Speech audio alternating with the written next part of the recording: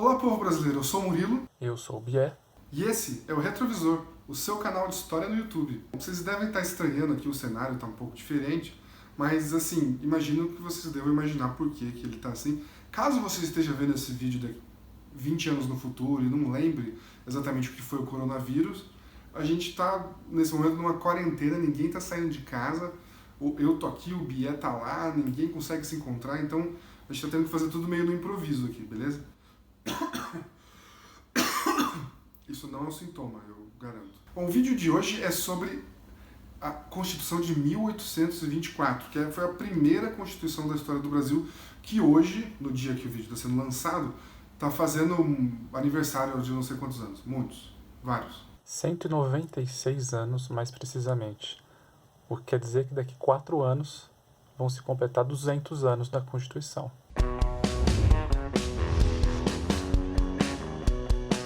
Fica a questão de como que isso foi implementado no Brasil.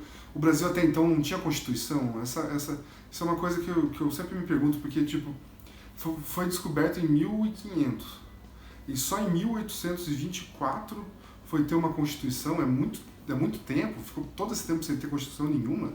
Como que foi, Bia? Explica pra gente. É que o que a gente está chamando aqui de Constituição são garantias, direitos e deveres que protegem o direito individual dos cidadãos e garantem uma certa isonomia, uma garantia baseada em leis. Então, sim, foi a primeira Constituição porque Constituição dessa maneira como a gente entende hoje, ela tem origem no final do século XVIII, com a Revolução Americana, com a Revolução Francesa, e começou a tomar o resto dos países, e no Brasil chegou justamente na época da independência, que os políticos e o Dom Pedro I estavam muito ligados a essas ideias. Então, sim, foi, mas não porque demorou muito, é porque o movimento constitucional, como a gente entende, de garantias, de direitos e deveres, de igualdade perante a lei, é uma ideia liberal que surgiu no final do século XVIII.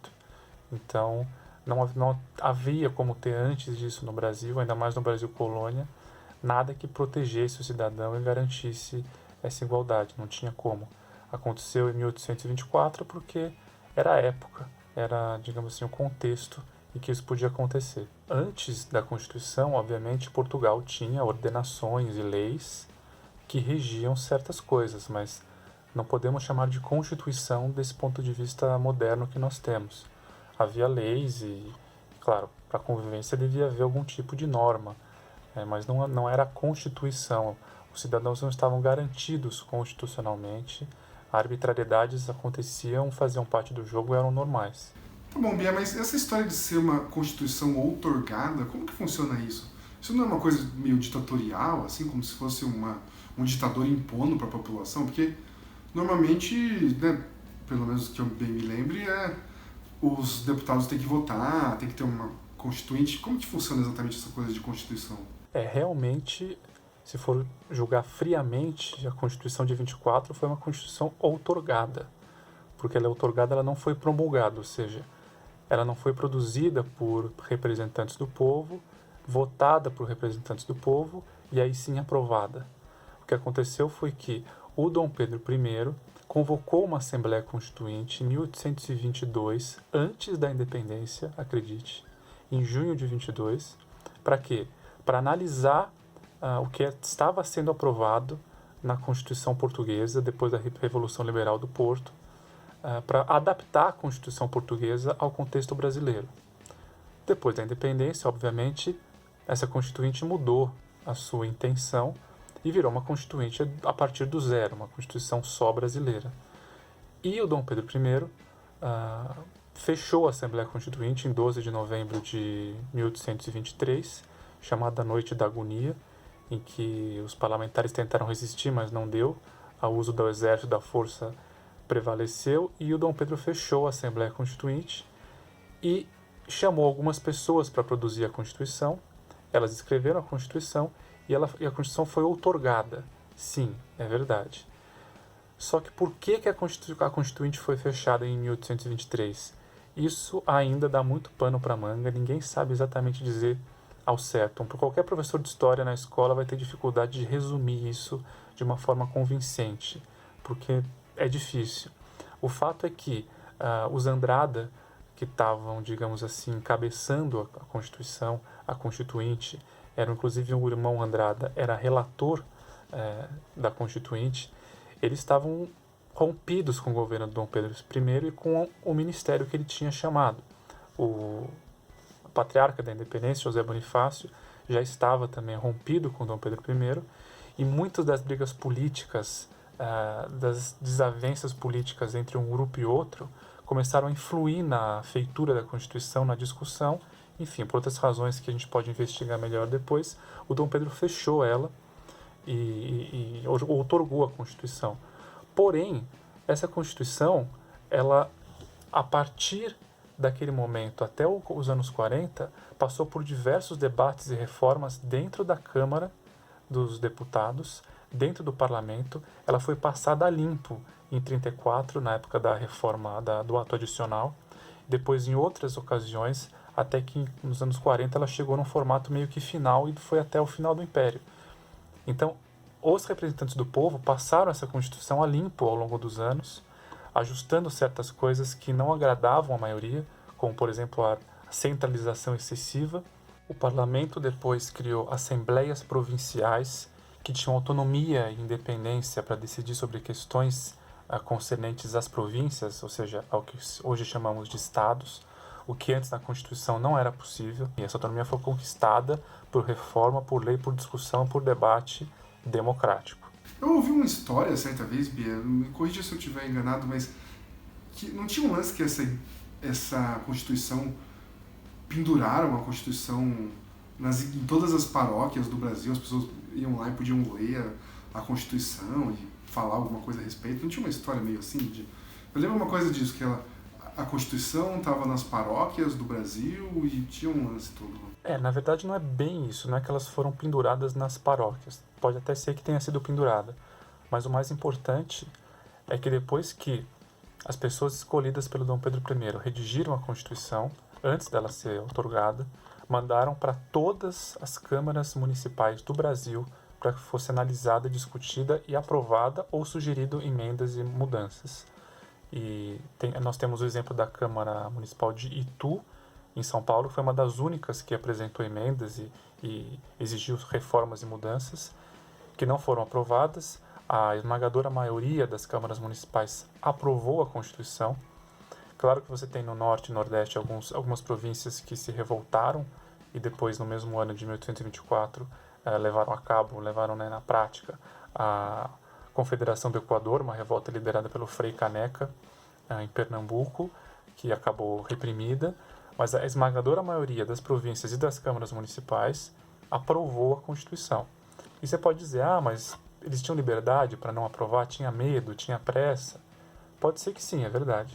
Mas o fato da Constituição ter passado por todas as câmaras municipais e dela ter sido, como eu disse antes, passado por um crivo parlamentar dos representantes do povo ao longo da década de 30 e o início da década de 40, ser passada a limpo, reformada, é uma das razões pelas quais a Constituição durou tanto tempo, foi a Constituição mais duradoura da história do Brasil. Não é à toa, uma Constituição simplesmente outorgada ditatorialmente dificilmente tem vida longa. No Brasil você pode ver as Constituições de 37, do Estado Novo foi outorgada, da ditadura militar foi outorgada, e a gente pode dizer que as três foram outorgadas, mas essa do Império tem um contexto completamente diferente. Não tem termo de comparação nenhum em relação às outras duas, do Estado Novo e da ditadura militar. Nenhuma, por conta disso.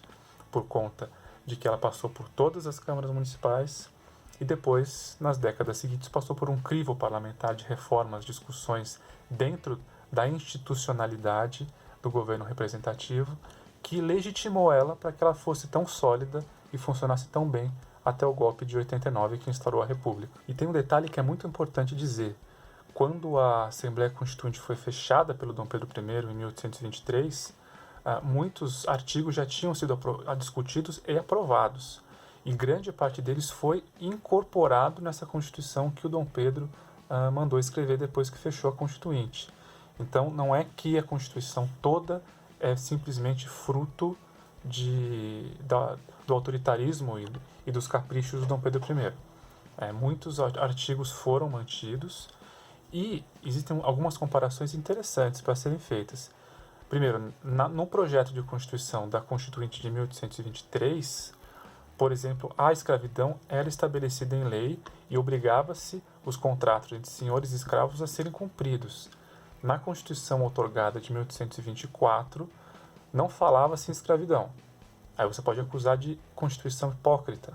Sim, mas essa Constituição hipócrita permitiu que as leis abolicionistas muito mais facilmente fossem elaboradas e aprovadas. Se a Constituição de 23, o projeto da Constituinte, tivesse passado, as leis abolicionistas teriam muito mais dificuldade para serem aprovadas. Do ponto de vista legal, seria uma revolução, seria bem mais problemático, porque estava estabelecido em lei a obrigatoriedade do contrato de escravos serem cumpridos. Isso é uma coisa. Outra coisa são as pessoas que podiam votar. A participação eleitoral, segundo a Constituição de 23, seria menor. A exigência financeira para que você começasse a poder votar, segundo a Constituição de 24, aumentava a participação eleitoral mais do que o projeto de 23 da Constituinte. E, segundo o projeto da Constituinte de 23, era muito mais difícil, quase impossível, uma vez a Constituição aprovada, ela ser reformada. Exigia-se 2, 3 legislaturas diferentes aprovando a mesma intenção de reforma para que a quarta legislatura se ocupasse dessa reforma. Enfim, é um negócio assim, quase, não reforma essa Constituição nunca. Na Constituição de 24, previa-se que para você reformar a Constituição era muito mais fácil. Você tinha que ser aprovado aquele tema de reforma por uma legislatura, por um parlamento, para que o outro parlamento já fosse eleito sabendo que teria que lidar com essa questão e discutir essa possível reforma. Era muito mais fácil. Então não dá para entrar nesse jogo de dualidade maniqueísmo, do ponto de vista prático, de que a Constituinte era uma Constituição melhor e depois a outorgada foi pior, porque tem essas nuances que a gente discutiu aqui. A coisa é muito mais complexa do que isso. Uma das discussões mais importantes do projeto de 23 para a Constituição que foi outorgada em 24, a nossa primeira Constituição, é a questão do poder moderador. No projeto de 23, não havia, apesar de ter sido aventada a ideia na Constituinte, não havia o poder moderador. O rei faria parte exclusivamente do poder executivo e suas atribuições seriam colocadas em prática através do poder executivo. Ele escolheria os seus ministros, eles governariam, assim como foi depois em 24. Mas em 24, criava-se o poder moderador, que o Dom Pedro I pediu para colocar na Constituição, baseado na ideia do Benjamin Constant, o pensador francês, que havia criado essa ideia. Mas a ideia do poder moderador, apesar de ser acusada de autoritarismo, de dar muito poder ao imperador, ele foi criado justamente para tirar o rei do poder, na prática, do poder executivo de governo cotidiano e colocar ele num poder que o Benjamin Constant chamava de neutro, que era o poder só dele, que se desligava um pouco do governo do dia a dia, do poder executivo. Então, a ideia da criação do poder moderador, ao contrário de ser uma ideia autoritária, é justamente o balanceamento de poderes. Você desincha o poder executivo de poder supremo, deixa os 3 poderes normais funcionando, o judiciário, legislativo e executivo, e o moderador que pode sobrevoar os outros poderes e evitar que um abuse do poder do outro, saia da sua jurisdição. Então a ideia é essa. É claro que na Constituição brasileira o imperador também era chefe do executivo, o que acabou criando uma grande querela durante o Império inteiro sobre a possível utilização do poder pessoal do Dom Pedro II, algo que vem sendo questionado pela historiografia contemporânea, de que não era bem assim. O Dom Pedro II, como chefe do executivo, era bem leniente e não tinha mãos de ferro. Bom, mas é isso, que interessante, tudo isso que a gente aprendeu hoje sobre a Constituição de 1824, a primeira Constituição da história do Brasil. Você não sabia nada, você sabia tudo, quer comentar? Usa os comentários aí embaixo, fala o que você quiser, aproveita que você está de quarentena, não tem nada para fazer, vamos conversar bastante sobre essa Constituição, para arranjar assunto, porque tá feia a coisa. E não se esquece de se inscrever no canal e ver todos esses vídeos maravilhosos que você tem para ver. Olha só, aproveita a quarentena e vê tudo que a gente já contou aqui sobre a Inquisição, sobre a Maria Quitéria, sobre várias aventuras do Dom Pedro, sobre o Getúlio Vargas, né? Pois é, sobre o Getúlio Vargas, pode ver também para ter uma ideia. Veja, faça isso que o Murilo falou, veja os vídeos do canal, comente muito, pode até falar mal da gente, tranquilo, com educação, claro. E você sabe, né? Já sabe. Quiser checar a história, dá uma olhada no retrovisor. Se quiser chegar ao coronavírus, fique em casa porque não é pra sair pra rua não.